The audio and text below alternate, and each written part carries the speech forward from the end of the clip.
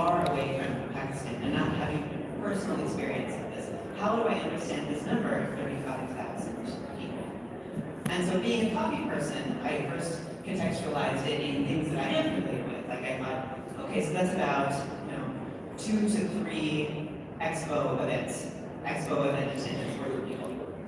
And then I thought, well, 35,000 is kind of close to 37,500, which is a number that's familiar to me as a former coffee buyer. So I'm bringing it back to coffee, but we'll leave it outside that context because I can't think everything about coffee. And so I was thinking about this number, and in trying to understand it, I went from the article to Google, to other articles. And during that time, during that 10-year period, there were many articles written about terrorism in Pakistan. Some of them by the BBC, some of them by the New York Times, bringing it a little closer to me than America. And all of these are articles about that specific topic, and some of them touch on the attacks made on schools and on children in particular. And all of this reporting helps me to understand the big issue that I'm curious about and exploring. But there's something still missing in this reporting. Because while I get a lot of information, I don't necessarily know what it feels like to be a part of the communities. This doesn't feel personal to me yet. And so, the BBC Urdu, maybe understanding this, in 2009, launched a new feature, which was a blog written by a young woman, an adolescent preteen girl, about her own experiences in Pakistan, wanting to go to school, sharing her fears, but also sharing her joys, and some of the elements of her life that imbue that extra sense of feeling to what might be missing from the reporting. And so with that blog, that number becomes yet a little bit more personal. And then a final layer of this was when that girl who was writing under a pseudonym, Gulmakai, to protect her identity, in October of 2012, was the victim of a terrorist attack herself. And that, of course, is Malala Yousafzai. And when the world heard Malala's story, when I hear Malala's story, it goes from this 35,000 number, goes from 35,000 people that I don't know and I have a hard time thinking that I can do something about, into one person that I feel a personal connection to, that I do care about, not that I've ever met this person, but it becomes something that not only do I feel like I can act on, I feel like I must act on. And so in this next session, we're going to be attempting to take the stories of global issues and bring them into the context of individual communities and individual people, and understand them and feel them differently than we could.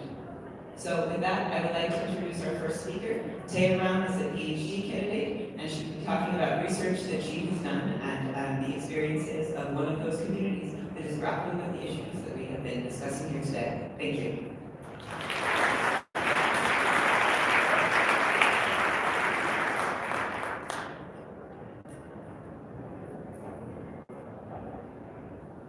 Good morning.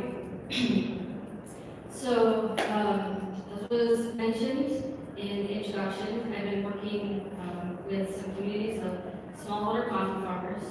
This has been for the better part of the last 3 years in a region of Guatemala called Yacocapa. If you're familiar with Antigua in Guatemala, imagine going from Antigua around to the other side of the Fuego volcano, and you'll be in Yacocapa. In fact, this image that's shown here was taken from the Yacocapa side of that volcano. So we've been studying the obstacles to uptake of technology within these smallholder coffee farming communities. And unsurprisingly, what we found is that profitability is the main constraint that these farmers face.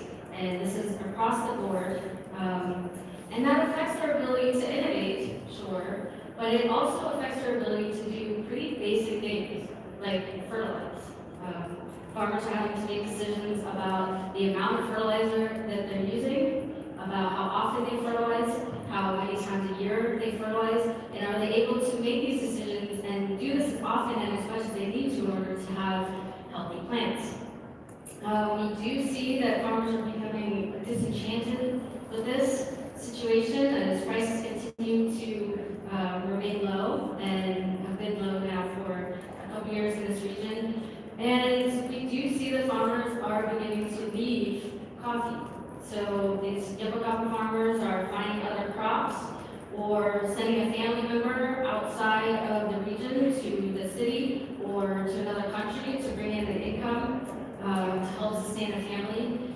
And I was asked to come here today and talk to you about this issue of profitability from the perspective of the smallholder farmer.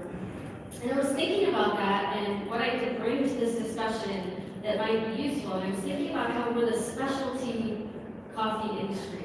This is the Specialty Coffee Association. And so we can pay higher prices, right? I'm sure that many of you that are in the audience today pay really reasonable prices for some of the coffee that you buy. The issue is that the quality has to be there. So the quality has to be there for the coffees to have the value for us to be able to pay the prices that might make coffee a little more profitable for the producer. We have a real interest in supporting the smallholder farmer as they produce a substantial amount of the world's coffee supply. So they are having a large effect on our industry, but in reverse, our industry, especially specialty coffee, can have a large effect on them. So many of these farmers, coffee producers, are dealing with all kinds of issues. And to showcase this and bring this home, we superimpose what we consider the global coffee belt, where coffee is produced, over 3 other global belts. So this is the conflict belt, where civil war has been more recent, in many cases, within the last 30 years. So if you think about that, and the average coffee farmer is 55 years old. That means that the average coffee farmer has lived through civil war in their lifetime. These other 2 maps are the World Hunger Map, that's showing where starvation and malnutrition are concentrated around the globe. There's the malaria belt, where communicable disease is more prevalent in the world. So this is evidence, this is showing you how coffee producers are living and the lack of resources that are available in these areas. One of the things that happens when you grow up with a lack of resources is you have a lack of confidence. You're not quite sure what your options are, you have limited options, and if you want to do something more with yourself, you're not quite sure how to do that. And this is something that I actually have personal experience with.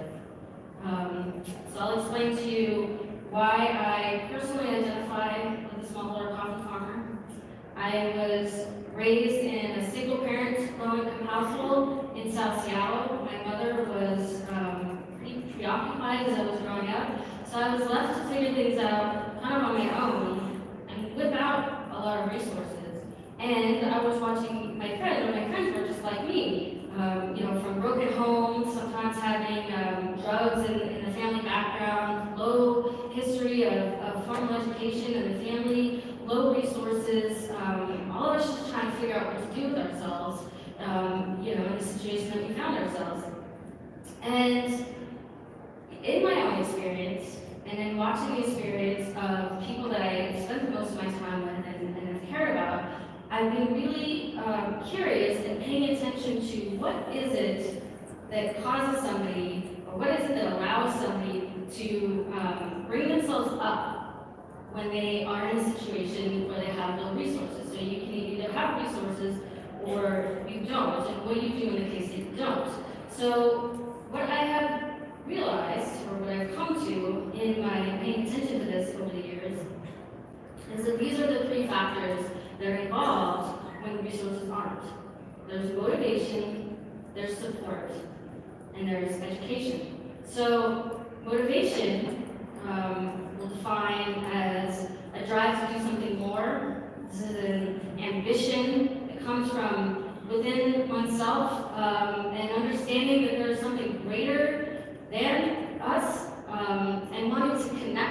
to that bigger, greater thing? Support. Support I will define as an effort made by somebody else in your direction that helps you do something that you were unable to do otherwise because you either lack the resources, lack the confidence, or lack the know-how. And so this is something that somebody else can give to you when you don't have those things. And I've received a lot of support over my life. I think people were able to see that I had a lot of motivation as a kid, that I was interested in science and art and these bigger things, and that I wasn't going to get the resources that I needed to do something with that, with this resource, with what was available within my own context. So people jumped in and gave me support, and in some cases this was grants or fellowships, monetary support that helped me get through school. In some cases this was just somebody lending me their ear to listen, or a space. I remember in high school I had an art teacher that let me hang out in his room in my free periods, and I was able to just do arts and talk to him about things and just sort of be me and have some self-expression in the art that I was doing. And I didn't have a lot of spaces like that at that time in my life, so that was a huge support to me. And the other factor is education. Education is indestructible capacity. You cannot destruct this capacity. This is knowledge about things that help us to make more profound and longer ranging and better decisions. And this is really the key to making us different. If we want to live in a different kind of a context, we have to be able to fit that context. And in reverse, as we change ourselves, the context around us changes also. And education really is the key to that, to becoming different, to changing fundamentally who we are, and to see that ripple effect in the world around us. And I don't think that myself or my friends that I grew up with are really any different from smallholder farmers around the world who are growing up without a lot of resources, but who want to achieve something more with themselves.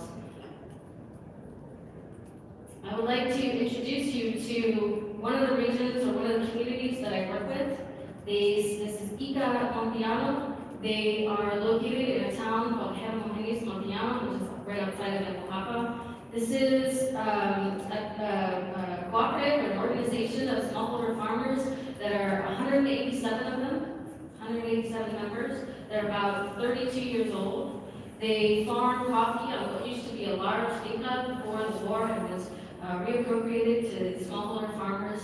These people come from 4 different parts of Guatemala to be here. So after the war, they traveled to this area to set up camp and start coffee farming.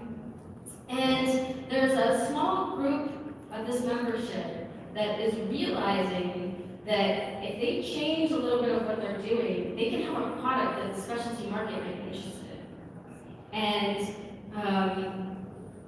so they're forming this group, and they're trying to figure out what they need to do in order to have coffee that might be worth, might have more value. And so this past year, they started selecting out some coffee that they picked really well. So they thought, what's the easiest thing for us to do? We can just try to pick our coffee the best as possible, and we'll have only mature beans, and that'll be specialty coffee. And what they're starting to realize in this process is that there's a lot for them to learn. So it's picking, it's a great place to start, there will be a lot more for them to learn. So I'm going to let them introduce themselves to you.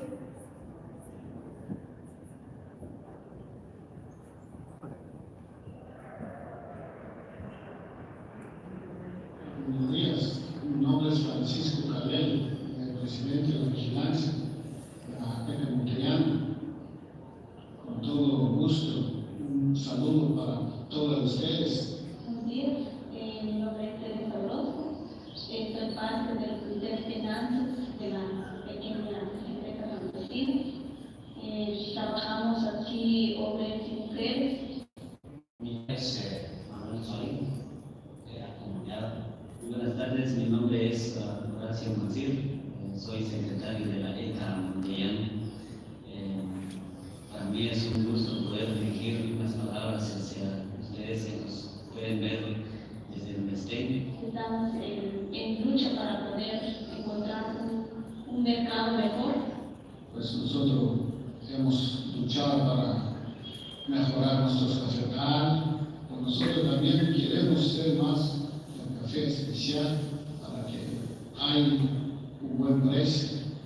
Y lo que se está haciendo ahorita es tratar de cambiar la forma de cómo empezar a recolectar café, mejorando un café especial.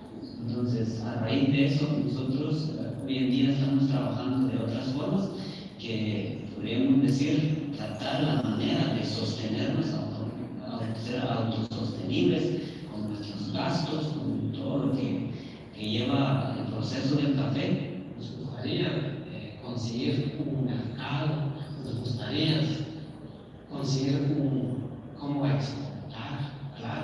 Claro, estamos muy interesados, nuestra gente está muy preocupada por el precio que está muy bajo, entonces estamos muy interesados en conseguir un mercado que sea mejor.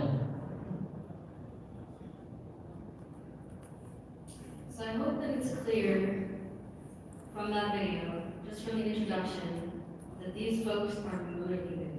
These are motivating farmers. I think that it's also clear that they need a lot of support and education. So as they were working with this small lot this last year and they picked well, then they realized that they had to figure out how to pay their pickers better, right? Or incentivize picking mature beans over just picking by quantity. So they only paid a certain way in the past, and they realized that they had to fix that if they were going to get a different product. Then they realized that there was this information that they needed to keep track of with the coffee, variety, altitude, farmer, day it was picked, things like this. They hadn't had this experience before, having to keep track of information about small lots of coffee. Once that coffee was at the mill, they had to figure out how to keep it separate at the mill and keep the information with each lot. So there's a lot of things that they're realizing they're going to have to learn how to do, and they're going to have to get better at if they want to continue this and grow their volume. So those are some of the things that I know about that they've had to change and learn. And I'm going to keep in this vein of having their voice here and having them explain their own situation. And so here's another clip of them.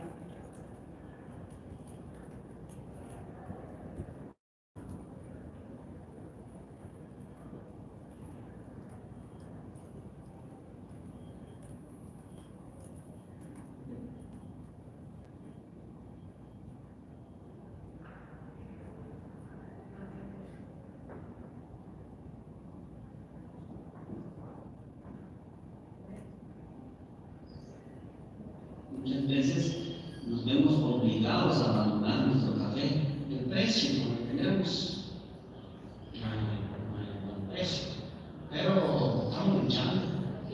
Queremos pues es ver en qué cosas más podemos mejorar, principalmente las personas que tal vez nos ven a través de este video, que ellos nos puedan decir más o menos qué clase de café la que ellos les gusta comprar, la que ellos necesiten, entonces, y cuáles son las características o qué trabajo tenemos que hacer nosotros para poder mejorar y lograr ese mercado.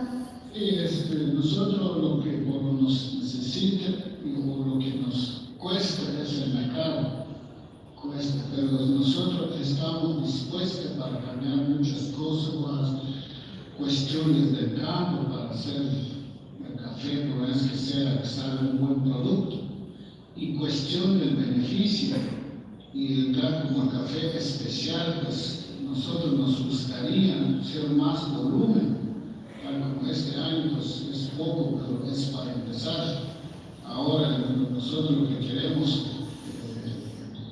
es cambiar un poco el beneficio, todo lo que necesite, o más cortar el café en la mata que sea bien maduro para que sea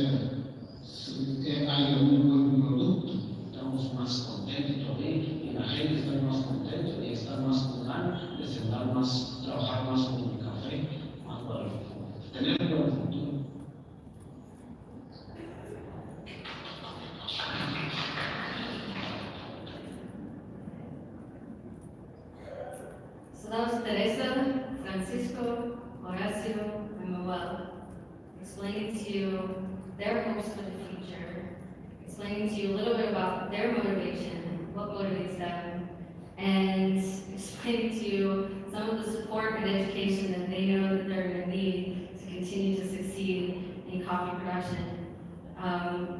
So I would like to ask two things of the audience. We're going to make pledges tomorrow. I'm going to go ahead and talk about it today. And I would like you guys to do two things. One is to think about this issue of profitability in these terms. Think about information and not just price. And think about what we in this room, some of the most experienced and successful people in the specialty coffee industry have that we can share with producers. These farmers don't know anything about specialty, but they want to know. They want to know what it means, they want to know how to assess it, they want to know how they can produce it, they want to know what varieties they need to plant, they want to know how they need to manage their fields and their post-harvest management of their coffee. That's information that we have, that we can share with them. So that's number one, to think about the information issue. And number two is to make a pledge to share information over this next year with somebody who hasn't had it. You'll notice people that have this extra motivation, and you'll notice them trying. And look at that situation and see what you can do, what you can add in the form of support or education to help that person do something more of themselves.